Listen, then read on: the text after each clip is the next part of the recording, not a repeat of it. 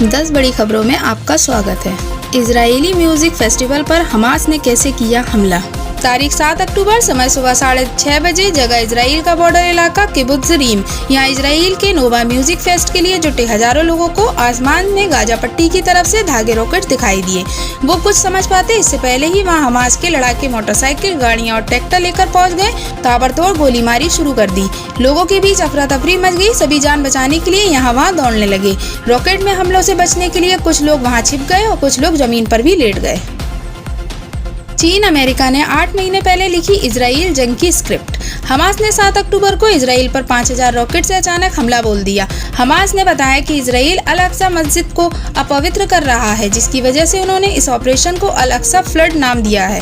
Hamas ने भले ही इस मस्जिद को जंग की वजह बताई हो, लेकिन असल में इसके पीछे की कहानी कुछ और है। हमास ने इस हमले की स्क्रिप्ट को 8 महीने पहले ही लिख दी थी। इससे पहले इसमें अमेरिका, चीन, सऊदी अरब, ईरान और खुद इजराइल अहम किरदार है। गाजा में मस्जिद पर इजराइल का हमला। इजराइल और हमास ने गाजा से 7 अक्टूबर को इजराइल पर हमला किया था। इसके साथ ही उसके लड़ाकों ने इजराइल से 150 से ज्यादा लोगों को बंधक बना लिया। इजराइल ने गाजा पर जवाबी हमले पर अब तक करीब 1707 जगहों पर निशाना भी बनाया है। इस दौरान उन्होंने कई मस्जिदों पर भी हमला किया है। इजराइल हमास पीएम नेतन्याहू ने प्रधानमंत्री मोदी को फोन किया। उन्होंने पीएम को जंग के बारे में पूरी जानकारी दी। मोदी ने ट्वीट कर कहा, भारत के लोग इस बड़ी मुश्किल में इजराइल के साथ हैं। हम तरह तरह के आतंकवाद के खिलाफ हैं। इससे पहले टाइम्स ऑफ इजराइल के मुताबिक इजराइल की सेना ने घोषणा की कि उसने गाजा के बॉर्डर पर कब्जा कर लिया है। सेना ने बताया कि रात भर में उसने गाजा के 200 जगहों को निशाना बनाया। अब तक हमास ने 1500 लड़ाके मारे जा चुके हैं।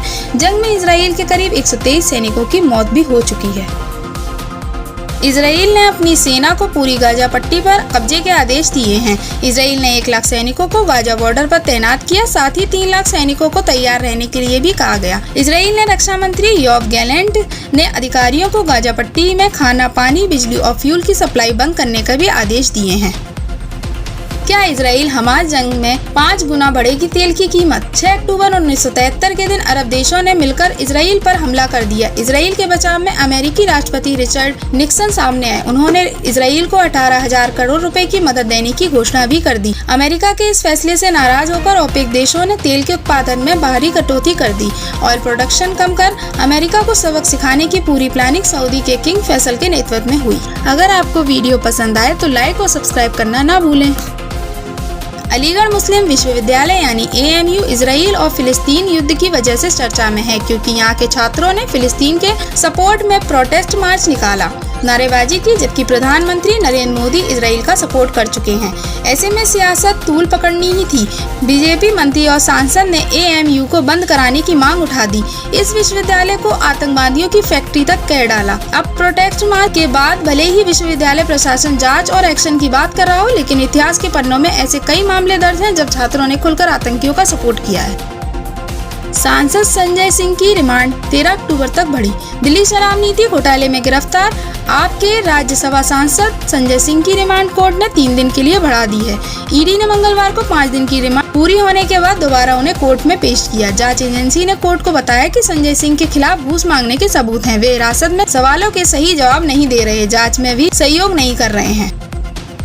2 मिनट में समझिए राहुल गांधी के भाषण का सार। कांग्रेस सांसद राहुल गांधी ने मंगलवार को शहडोल के ब्योरी में जातीय जनगणना का वादा कर OBC, आदिवासी और दलित वोटर्स को अपने पाले में करने की कोशिश की। उन्होंने अपने 28 मिनट के भाषण में घोटाले गिनाकर साफ कर दिया कि कांग्रेस मध्य प्रदेश के विधानसभा चुनाव में भ्रष्टाचार को बड़ा मुद्दा बनाई।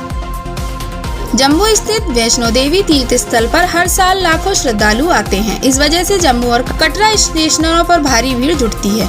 इसे देखते हुए जम्मू और कटरा रेलवे स्टेशनों पर ब्यूटीफुल रेस्टोरेंट ऑन व्हील्स की शुरुआत की जा रही है। दिसंबर में इसे पब्लिक के लिए खोल दिया जाएगा। रेलवे की ये दोनों बोगियां पुरानी हैं। बोगी में खुल रहा एक रेस्टोरेंट 1600 वर्ग फीट में होगा। ये पूरी तरह एयर कंडीशन और वाईफाई से युक्त होगा।